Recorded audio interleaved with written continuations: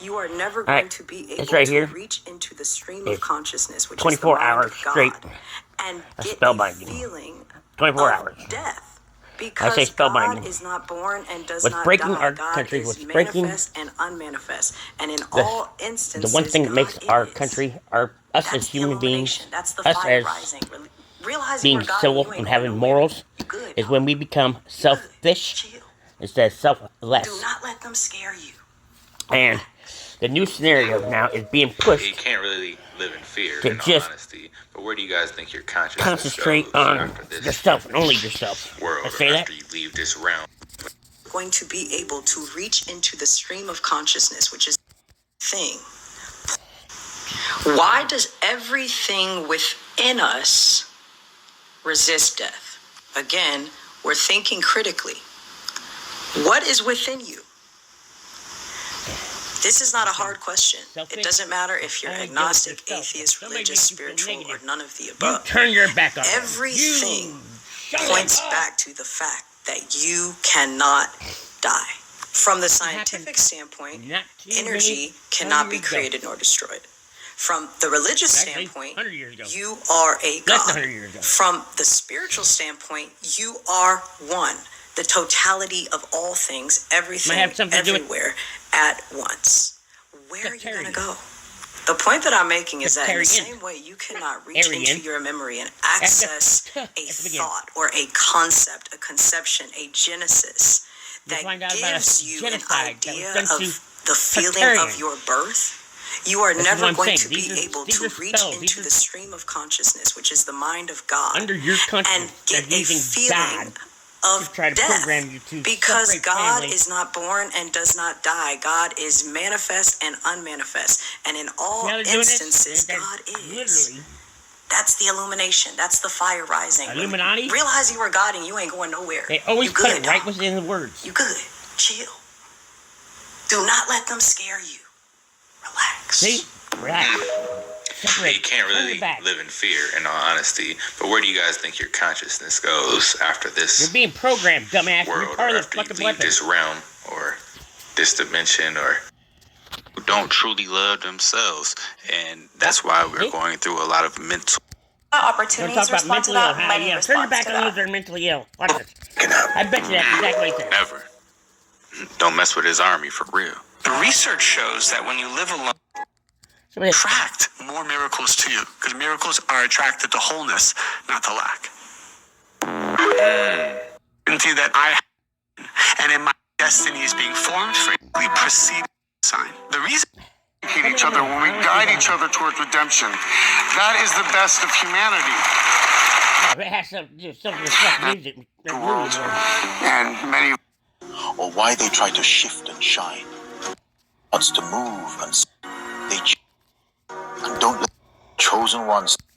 the more and more that you allow yourself to tap into your heart, your intuition, your true power. And what I can promise you is this: life gets 100 times more abundant, 100 times easier, and 100 times more in flow when you have awakened. Once you face that fear, once you let go of what no longer serves you, and once you step into the new you and your new life. You know what that is?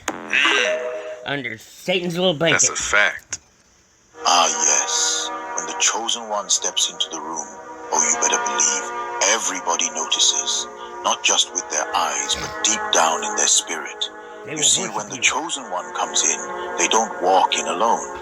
No, sir. They walk in anointed, covered, draped in the power of the Spirit. And what happens? Heads turn, people shift. Even when they don't know why they're looking, they're looking. So those that have been poisoned, they can't put a finger on what's different, they know there's something about them. And don't let it fool you. They got abused. Start acting up. With a jab, or those that got abused. They start flipping their hair, talking with opiates, loud, those that got abused. Like it's gonna compare to the divine with weight in the big room. pharma medication. That doctor said, "I'm helping you." Their laughs, making sure they're seen because they can turn your back on them. Fire just entered their midst. And the brothers, you'll not let that negative energy in your life. Swell their chests, turn your back, shoulders back, heads high, shun them. To act like they built for what's happening in that room.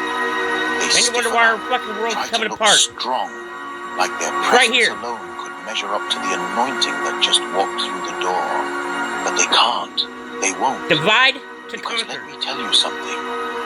When the chosen one steps into that space, they don't. And then when they join the break you, environment. because They you see your change it. world fucking They collapse don't blend in with the because of atmosphere. your choices that They you made, shift it. watching People a feel it in their fucking bones. AI. The air gets heavy. The spirit starts to move, and suddenly, everything is different. That's the power of the chosen. That's the authority of the anointed. You don't have to say God a word. never wanted you to go You within don't a have to fucking make a building and sound. give up 10% When of you're your chosen, earnings the Spirit speaks for to a you. church. When you're anointed, the presence of God That is goes before demonic. you. So don't be surprised when you walk in and the room tilts on its axis. Don't wonder why they're looking at you. Don't question why the whispers start or why they try to shift and shine. They see it too. You are the chosen. And when the chosen steps into the Yeah, room, you know what, Jack? the room You're a will melt. sacrifice. Everyone you used to love, everyone that loved you. I love the message.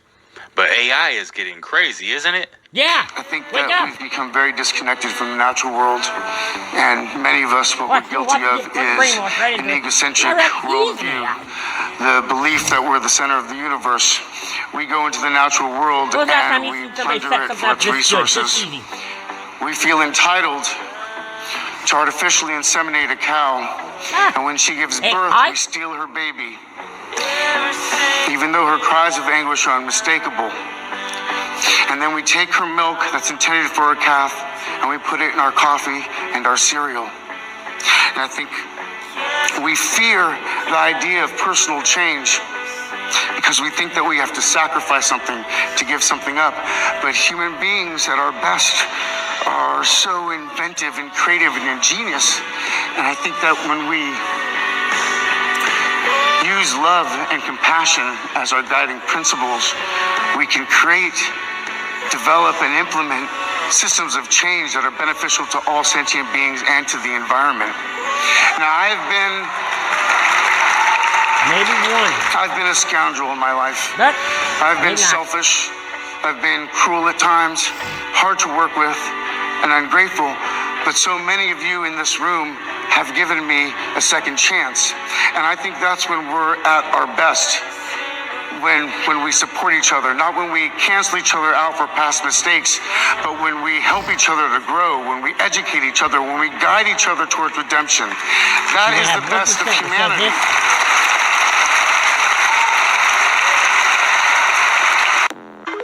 Yo, he ain't lying.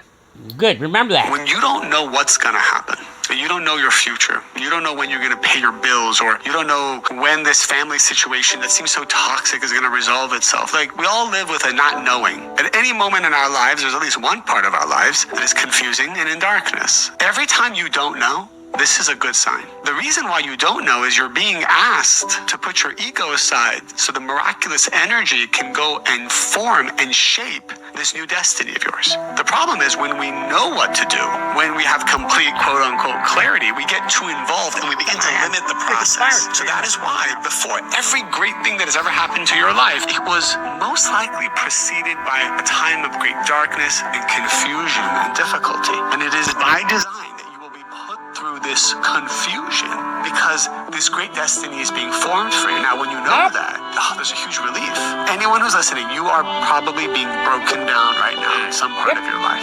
You're probably going through confusion, and it might even feel personal. This is all by design. This is really divine and beautiful. And your free will here is, if you want to speed up the process of the miracle and you want to have less chaos in that process, have certainty. Tell yourself, I have certainty in the light of the Creator, and that I know that everything that the Creator does is good. I have complete certainty that I have everything, even though I don't feel I have everything. And then you'll attract more miracles to you, because miracles are attracted to wholeness, not to I'm gonna lack. make you feel like that miracle's going on. Now you have power within you. One thing you have to understand about a spiritual person is the fact that we can smile at you You know what? and I heard the commence same music in the war against the background demons when it came in to you, all at the looking same at time. Biltmore We can State stand right there and after laugh with you, Hurricane and Helene you never know and just that how we're 5 praying minute the drive whole can time take you you're from talking. full destruction We're God's secret army, to God's and we are palace. here to commence war against Same every music in the background. demonic force. Yeah. Is it angelic or is it Never play demonic? with a spiritual I can't person. tell, but demonic. because they're always seeing a lot further than where you are in that moment. Oh, look at nice, pretty Our clouds eyes and our spirit has already traveled to where it's getting ready to lead to. Yeah, hell. We can recognize you the moment you walk up to us. Hell. Within a few seconds, we've already identified and discerned what's working at hand. Just a warning. God's army will never be taken out. Never. Don't mess with his army for real. The research shows that when you live alone, your brain's default mode network, the part that activates when you're not focused on the external world, becomes more sophisticated. It's like having a more powerful internal processor. You're not just thinking your own thoughts. You're developing what scientists call metacognitive awareness, the ability to observe your own thinking patterns. Now, consider this. Listen, get obsessed with yourself. See? I am not saying that lightly. You need to be so obsessed with yourself that it changes the way you talk, the way you walk, the way you show up. Hi, Ellie. Why do I need to do that? Because the world treats you exactly how you treat yourself. This is the mirror effect. When you start pouring energy into yourself as you are right now, when you start taking care of yourself, when you actually start being your biggest supporter, you send out a very powerful signal into the quantum field of possibilities. Send out a signal that says, I am someone who knows exactly what I'm worth. I am worthy and open to receiving all of my desires. People respond to that, opportunities respond to that, money responds to that. You stop getting treated as an option by your reality, by the people in your reality, and as a priority, as a first priority. So let yourself be in love with you. Do not water yourself down. Do not shrink yourself to make other people feel comfortable. Walk like you belong in every room. Take up the space you are meant to take up. There are not trillions of cells right now working to keep you alive for you to play small. Nah, for real though, like, how you gonna love anything in life if you don't first love yourself? Son of a bitch. And I think that's something we need to practice a little bit more, because there's a lot of people out here who don't truly love themselves. Damn it. Like on camera like I do. On camera? You're making a movie? Not just a movie, the movie. I'm the writer. God, and bad thoughts come from Satan, and they're like coming at you at all times, and you have to listen to the God thoughts, and you have to cut out the Satan thoughts. That's all thoughts that come into our brain are completely explicable at the level of the brain without trickster gods and nice gods battling over your brain space. The telepathy tapes, which in my last post I debunked and everybody's getting mad at, you have not in those studies cut out the subconscious communication. We have to realize that our subconscious is getting 11 million bits of information per second. So your conscious mind can attend orphan trains, asylums. Hey guys, I want to do a video today, and I want to look at insane asylums, orphan asylums or orphanages, and orphan trains. You can fucking try to fight me all you want, I don't give a shit. Fair amount of slides looking at these old world buildings that were used for orphanages and to house the mentally insane. If you look at all these people, look how the German, don't they? About look at little German orphan trains. Why did we see United States really pop up and back in become popularized in the late 1700s, early 1800s throughout the rest of the 19th century? Why was this specific 80% German? So population packed full 80% of these insane asylums, these German. Orphanages, these orphan Everybody trains. says, "Oh man, we got this high technology." Well, let's start with this example. Just don't make sense. And as we go through this, we've never seen technology and buildings built like that before. Yes, we had. Not what it was in Germany. Tell you, not what history tells us. Remember when we took on Germany and decided we had to take down the Nazis? But yet they're so much more advanced than us. Popped up during That's why we had to do Operation Paperclip. Grant them asylum to help us build a rocket so we can make it to the moon. Kingdom of Christ and Satan's Little Season. Satan's Little Season, I proposed in my last timeline video, began in 1776 at the time of the founding of the Illuminati. Those who were waiting for Satan to be released from the I'm just kicking it around a bit. The same asylums is where all these German people went. Knew exactly where they were these white in the cities. timeline. They knew that they were at the end of the millennial kingdom of Christ. They were part of that era, but they rejected Christ, rejected the gospel, did not like that kingdom, and were waiting on a future kingdom to pay homage and allegiance to. This is who Satan used to carry on Satan's little season beginning in the late 18th century. Those who rejected Christ and rather place their allegiance to Luciferian doctrine as they were anticipating this season to begin. Because he just said it right there. But you know what? We all just looked the other way. Of this transitional period, this is what I love about fucking Satan. This is what I love about evil. They shove it in your face. Tell you what they're gonna do. Old world buildings. And we are so dumb, we just turn our heads the other way. Buildings throughout the world, and these examples, Hitler orphan asylums, you've been insane asylums, programmed to hate him so much that you overlook the fact that look and see instead of him actually looking to seek to be and begin to learn more about the Aryan race, that maybe he was the Tartarian race, that are described as and all these buildings that you see are Tartarian, and to break you, within the Illuminati, we must steal the children, that these break the family, had Freemason and carpet bomb with rituals they don't need you all to see for their repurposing. Trust me, I have done this them. As an example, the McLean Asylum, named after John McLean. I have family, both sides that have suffered from this. Was born 15 years before 1776. This is at the tail end, in my timeline, of the millennial reign of Christ, as we are entering the last few years before Satan's little season. No, you're in it, you dumbass. You programmed the wrong shit. John McLean was born in 1776. German population in 1850 across the United States. German population in 1850 across the United States. Oh, look at there. We even got the fucking sign of the Targets in there. Let's pop that one up. 2019, a whopping 43 million Americans describe themselves as being. According to the United States Census Bureau, the largest ethnic group in the United States of America is German. In 2019, a whopping 43 million Americans describe themselves as being of full or partial German ancestry, with Pennsylvania alone accounting for 3.5 million. So, there is no doubt that at some point in time, there were a lot of German immigrants crossing the Atlantic to reach America. Got shifted all the way to the exactly Midwest and used was as the reason? farm hands What and made so many Germans decide to leave all they'd ever known and owned behind to start a new life in the United States of America?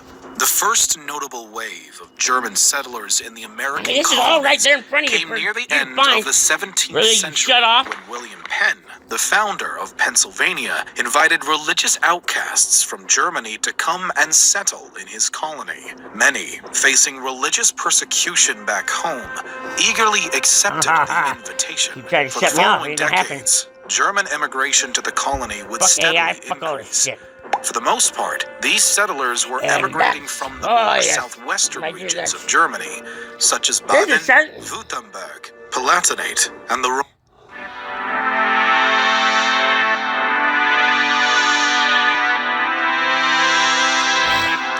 You want to know what we did?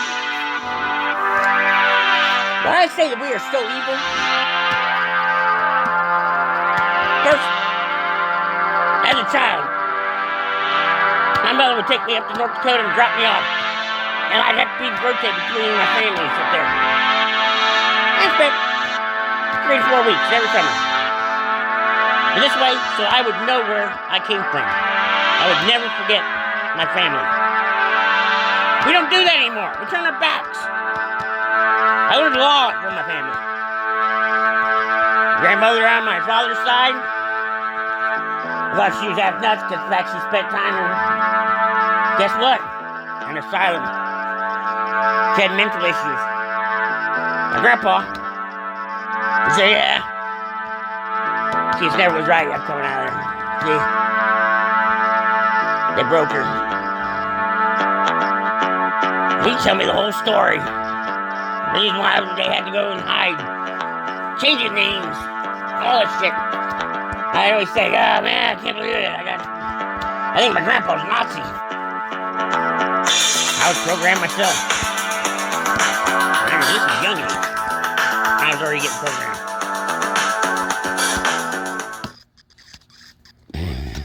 Right? I'll show you a little more. Let's see, we're gonna go with. Hey, you know what? Let's go straight right to the punch. Hey, we're gonna go for the gut blow. Oh, God. Let's check this one out. HELLSTORM. HELLSTORM. HELLSTORM. Let's go right to the punch of the throat. HELLSTORM. Goddamn it. That's right. Hail Christ.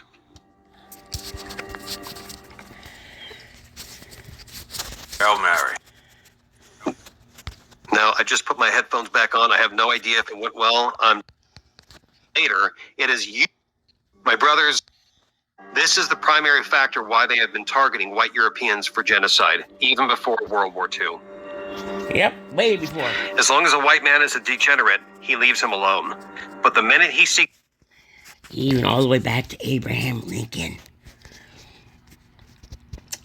One of the reasons why my father always would hand people a penny. So maybe he could get them to remember. My dad, they nicknamed him Little Abe. He's dead now too. Mysteriously by small cellular cancer, just bam, hitting him. One of the smartest men I knew. Ooh, was that because he might have been Tartarian? To cultivate the virtues of his Christian ancestors, he absolutely loses it. This is the exact action the Third Reich took, and what most non-Christian fighting white genocide, white people fail to realize. It is the common banner in which we can rally behind, and the banner that not only makes the Jews tremble with rage and fear, but that which gives our men the resolve to fight to the death towards our victory against evil. No, it was more. This is part 2. My brothers, I will remind everyone here and those that listen to the recording, do not give false hope for justice in a system that is designed to destroy you. Do not wait for your priest or pastor to save you. Do not wait for the second coming only to find out later it is you that is to be the defender of justice against these demons. Why are we the only ones talking about this? Why? Because nobody else can bring this truth to the world. I'm glad you did bring this part out. Do your part, get into the fight, write an article, create a video, share the content with others. Do apologetics on the faith and politics that proves we are on the right side of history. Only we can do this. With God's help, only we can fight back and gain victory over the synagogue of Satan and restore Jesus. Hail Christ. See that little How teenage girls were stripped down, raped, shot in the mouth, and thrown into pigs. You're not a child, you're a man. So stop wearing so many layers to go outside and get the bearskin thighs, where their entire body was devoured, get their hands on, path, and incinerating it. We look around, children on country roads were chased down and shot by the P-51 Mustangs and slaughtered. Of houses. It was That's that usually brutal. why they paint over it this way. These soldiers mercilessly and gladly carried out those orders because of no doubt the constant propagandizing on how evil the German people were. Entire cities were laid to waste with barely a stone left upon a stone. Look at all these Berlin, what do they Hamburg, look like? Munich, over 60 cities and small towns in total were targeted for annihilation, whether or not they were military installations. The worst of which, of course, was Dresden, where upwards of 300,000 civilians were slaughtered over the course of 2 weeks of bombing runs and follow-up targeting of victims as they were fleeing for safety, struck down by fighter planes from above. This ain't during war. This is first night. The bombing became so intense in cities that the chemicals from the explosives created vortexes of heat that caused small tornadoes pulling anything into its path and incinerating it. 400,000. For anyone looking for shelter inside, they were roasted alive. For anybody that tried to flee from the incineration outside, they were lit afire or melted into the liquefied streets. Entire families were later found half melted into the pavement, with unborn babies burst from their mother's wombs. Truly a hellstorm on Earth. Operation Philadelphia. Then after the bombing stopped and the Allied soldiers occupied the cities, the mass raping began. Russian, British, and American soldiers, as well as retainers from Mongolia, India, and Latvia, gang raped to death every German woman they could get their hands on orders from their Jewish overlords. And not just the women, the young women, the old women, and the little girls. 20, 30, and oftentimes even 100 men would line up and rape these poor sisters of ours to death in a sadistic humiliation ritual that lasted for months. It would end up killing them, or they would be killed when the soldiers were done with them. And what did these soldiers do when our women were dead? Some were nailed to makeshift crosses. For others, they ran foreign objects up their orifices to let others know that women had been spent. Some reports stated how teenage girls were stripped down, raped, shot in the mouth, and thrown into pigsties, where their entire body was devoured with only the crosses around their neck left.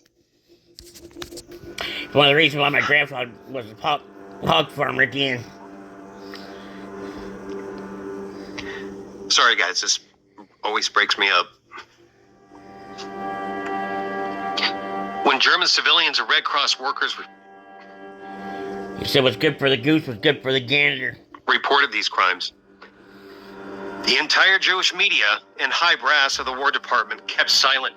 Not a word to this day from any human rights civilization or organization. Absolute silence.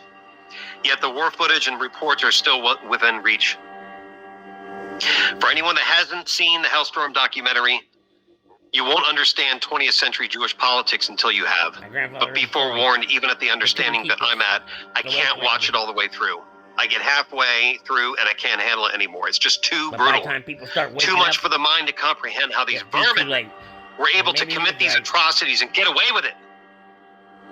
How did they get away with it? How?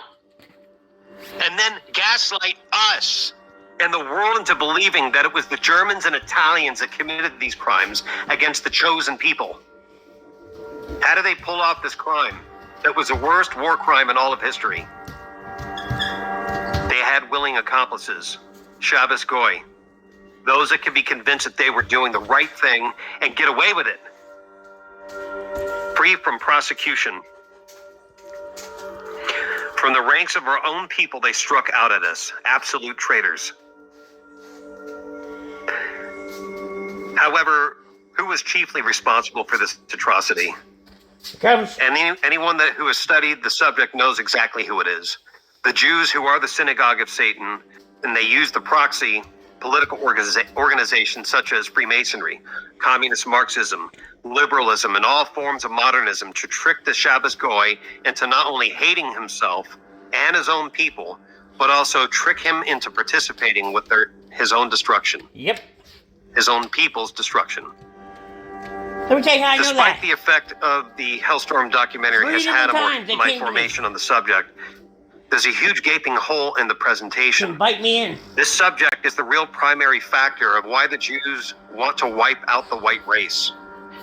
It is because we are the mantle of Christianity, and God has used us to evangelize the world. The Jews know this, and there's only one thing they hate more than white Europeans, and that's Christ and his church. Whether or not they believe in it, and whether or not anybody here believes in it, they believe in that, and they believe that is a primary factor to wipe us out. Yes, when a Jew runs across European Catholics or Christians, his insatiable bloodlust is triggered, and he uses every means necessary to silence and attack us, just as they did during the Soviet Union. Going through that ritual? This is the primary factor why they have been targeting white Europeans for genocide, even before World War II. Mason? As long as a white man is a degenerate, he leaves him alone. But the minute he seeks to cultivate the virtues of his Christian ancestors, he absolutely loses it. I think that bounces out. This is the exact action the Third Reich took, and what most non-Christian fighting white genocide, white people fail to realize.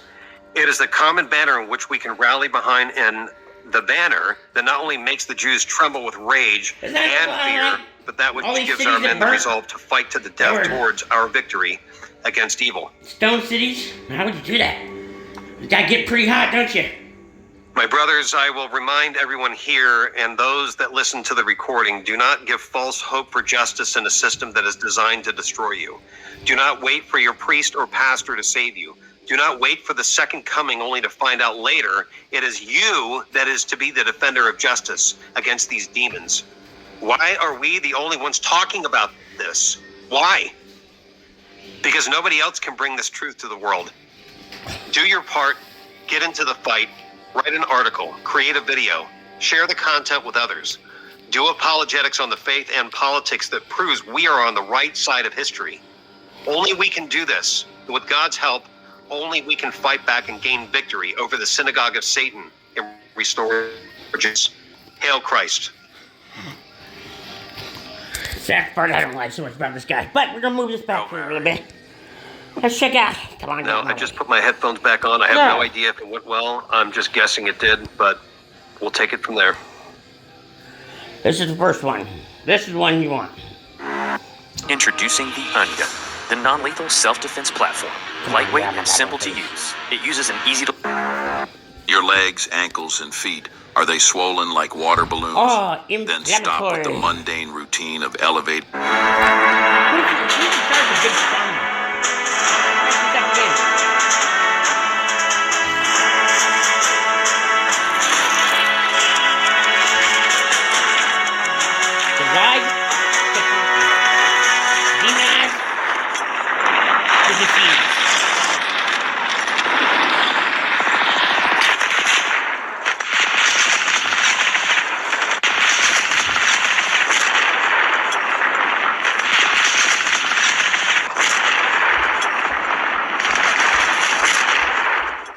The German army suffered terribly during the First World War, and the German nation also suffered terribly, especially after the war.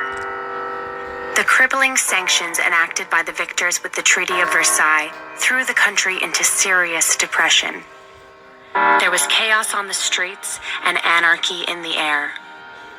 Communists seized many cities, including Berlin.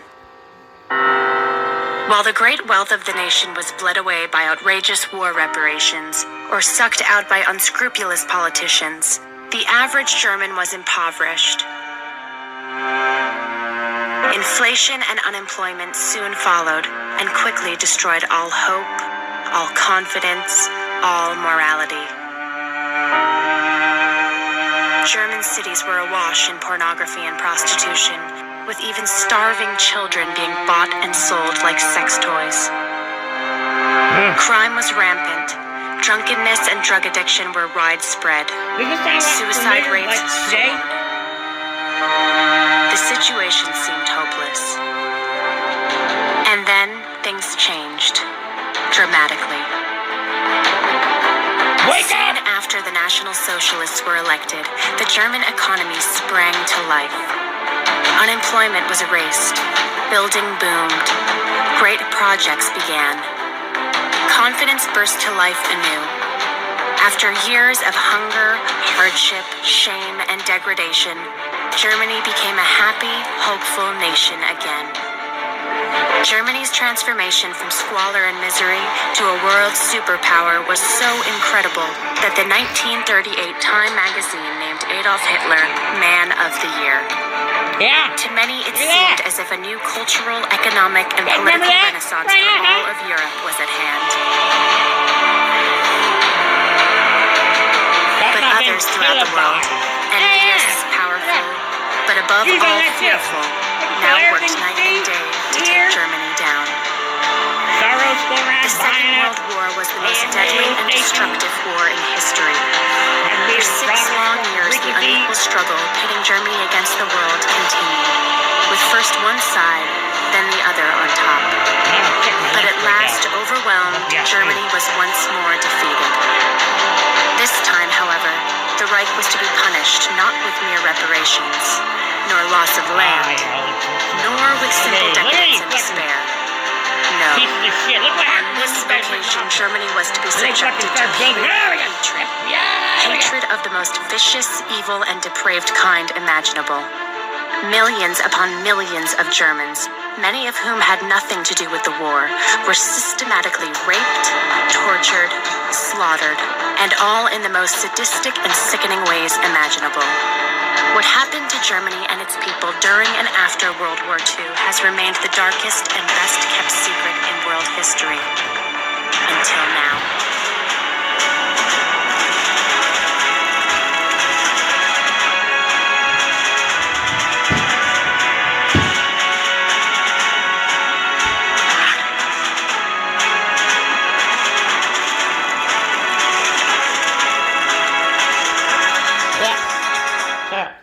This film is based upon the book by author and historian Thomas Goodrich. Over the past 30 years, Goodrich has written about a number of controversial subjects: the American Civil War, Abraham Lincoln, the American Indian Wars. But because World War II remains to this very day a pressing issue, the author feels this is by far his most urgent and timely book.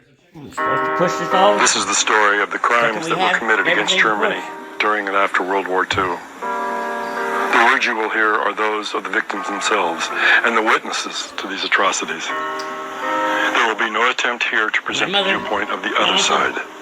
Anyone seeking the victor's version of World War II need only watch any Hollywood movie, turn on the TV to any World War II documentary, or visit any public library. They were all taken from my grandmother. This film, like the book it is based upon, does not concern itself with what the Germans allegedly did to the world during the so-called Good War. No. The focus here is instead on what the world did to the Germans. The crimes detailed herein were so vicious, so massive, and so evil that there are no words in the English language to accurately describe them. These are crimes that have been buried by the victims under a mountain of propaganda and lies for now over 70 years. This film is dedicated not only to the voiceless victims of the world's worst war, but also to future generations. Our hope is that if enough good people in the world are willing to listen and learn what actually occurred to these innocent victims, men, women, the old, the young, the sick, animals, and they someday soon will rise up and with united voice demand that nothing like this ever happens again to anyone, anywhere.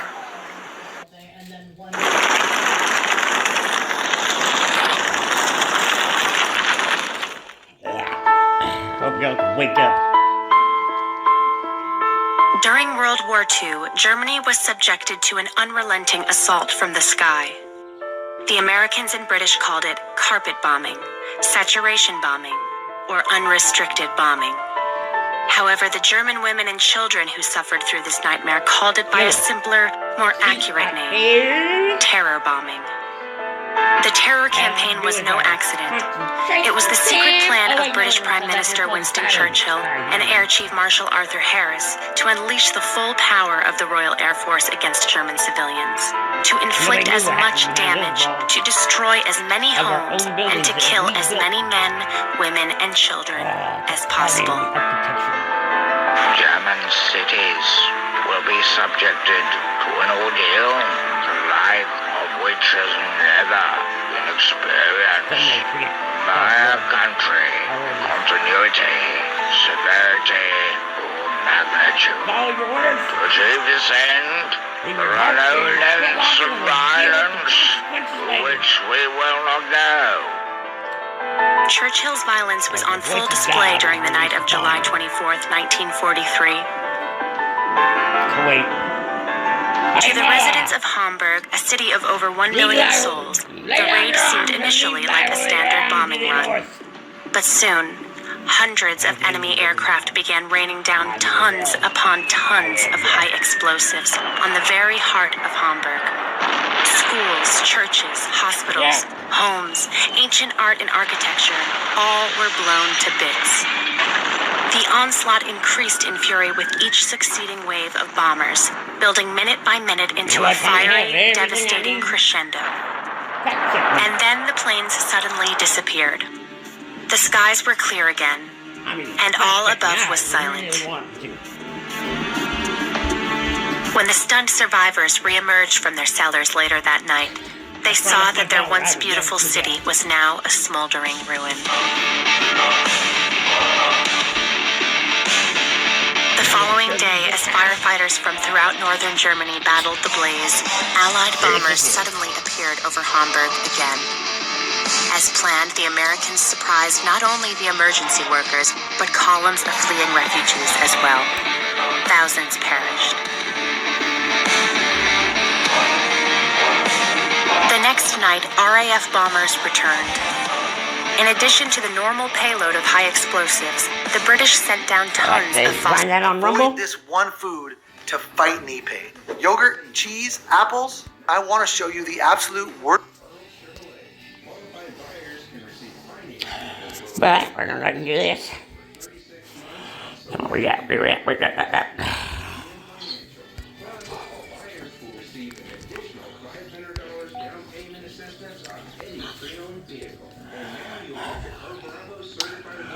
Okay.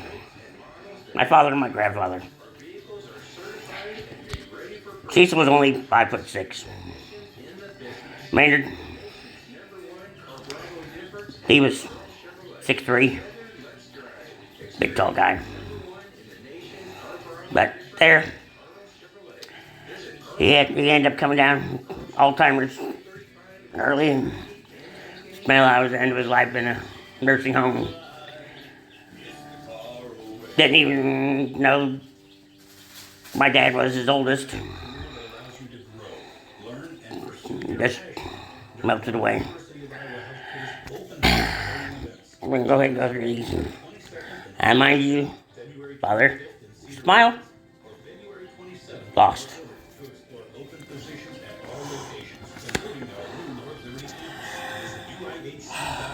This was right after my mother died.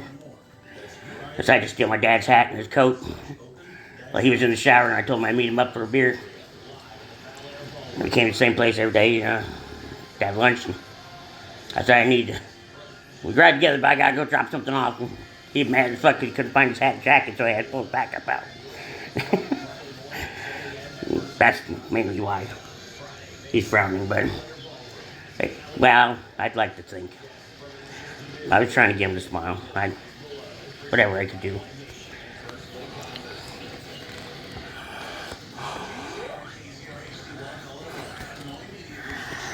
And then my dear son. So this is gen after gen after gen. We're supposed to pass on to the first. Okay. Your oldest son, your sons are supposed to carry on with your blood name. God damn you, you son of a bitch!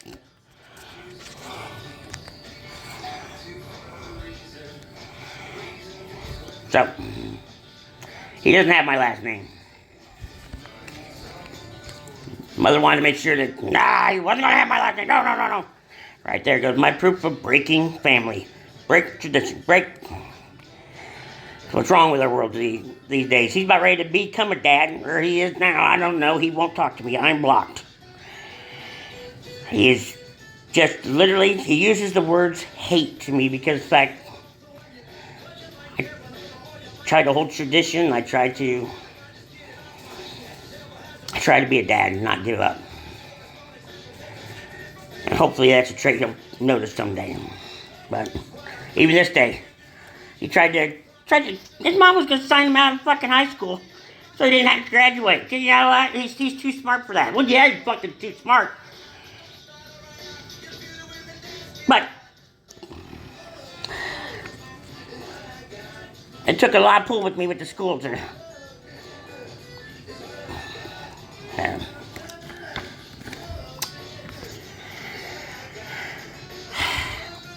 Ever since I was little, I was just thrown in church even, because my mom was always upset with me because, like, you know, I'd always say, well, this ain't right. Morals, they're already starting losing. I'd get in so many fights when I was a little kid. Mind you, I've never lost a fight. I'm pretty proud of that. I'm battling right now, and it's It's hard. But I love Mom.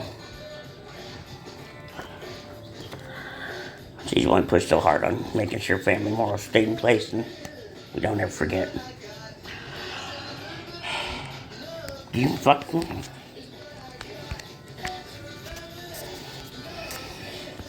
This is my packet so I don't ever forget.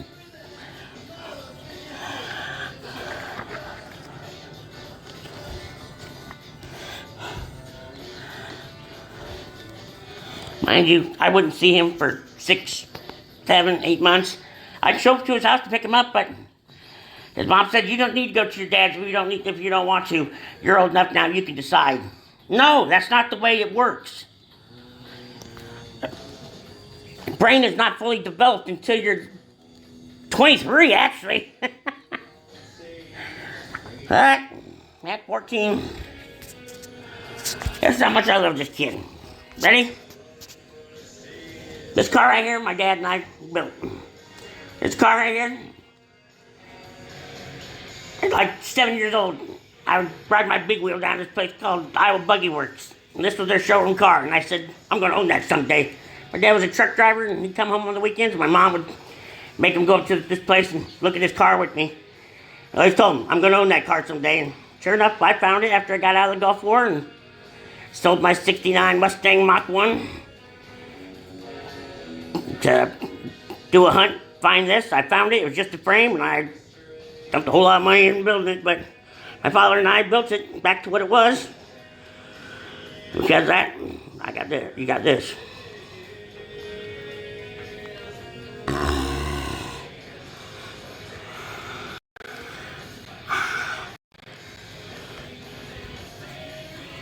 We got that. Right. Keep moving on. I want you to pay attention right there. That's Cecil.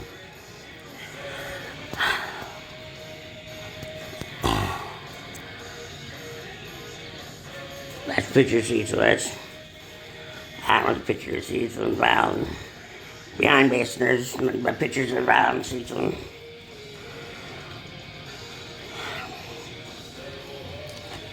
Cecil's supposed to be buried in the backyard just as I am.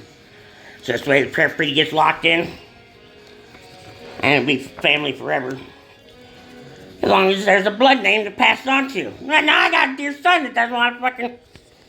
You know what it is? Well, actually he does, because in fact he's getting ready to have a son. And guess what? He's going to make sure it stays tradition, because that child's going to have his last name. So that's the way tradition is supposed to be. So that's kind of just being a real dick to family, isn't it?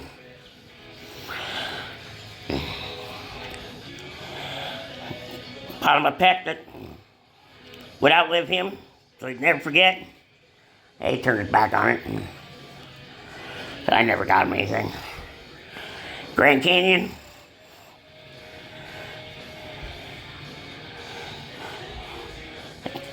I gave him this big box of all these sites that we had to see, so this way he'd lock into his memory, he wouldn't forget. Because it was for him to question everything. She was a great artist. It was funny because she's #1 in the world. Not just Germany, but United States for 3 years as a sculptor. You fucking splash.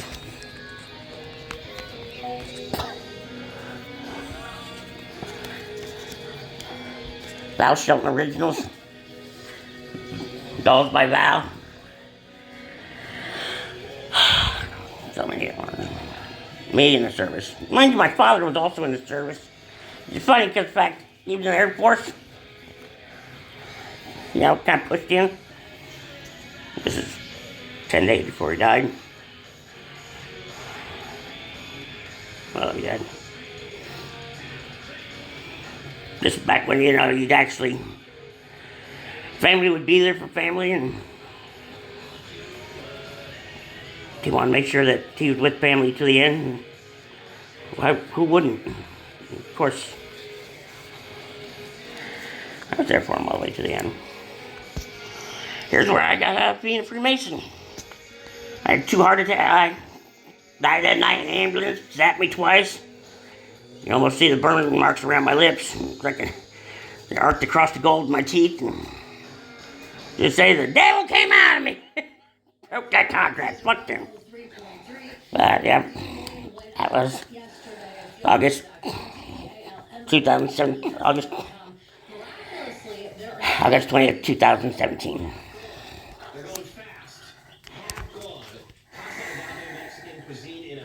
This was armor for inside my motorcycle coat.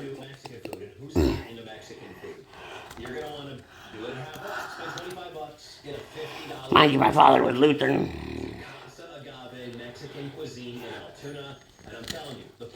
That's one Uncle Bob I'm named after, which I now have his dog tags, and I'm missing mine, which is another little peculiar thing. But I can't get him to talk to me either, so. Every year, every summer, we make sure, just like I did growing up, I'd take Mason north.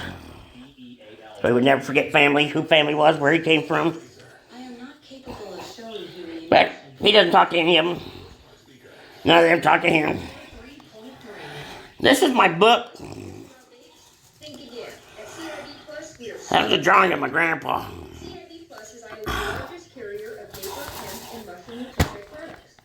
This book. This was supposed to be me in 25 years. I wrote this right before Mason was born.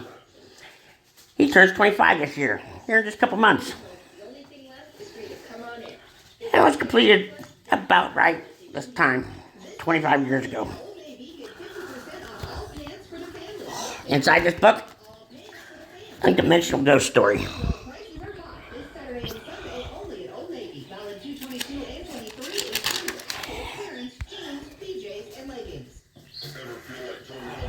So,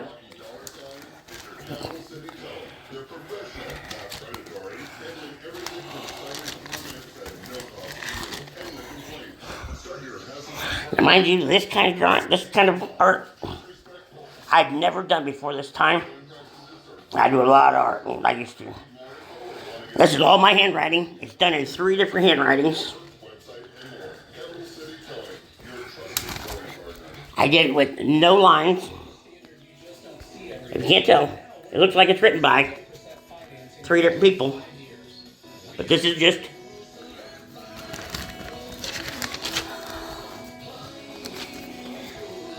see the difference in the handwritings? Mind you, this was all me. And this was something that was kind of pushed to me in the night over a couple weeks.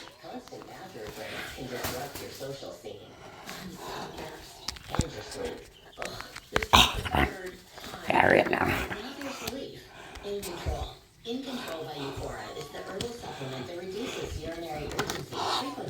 This is what got me so much too. Mind you, German. You can lock this, you can snapshot this, and I can look it up online, and you will find that. What that is see that? Yep, you see those 2 balls on top? Yep. See when I put stuff together like that? And for my son to fucking remember. Don't shut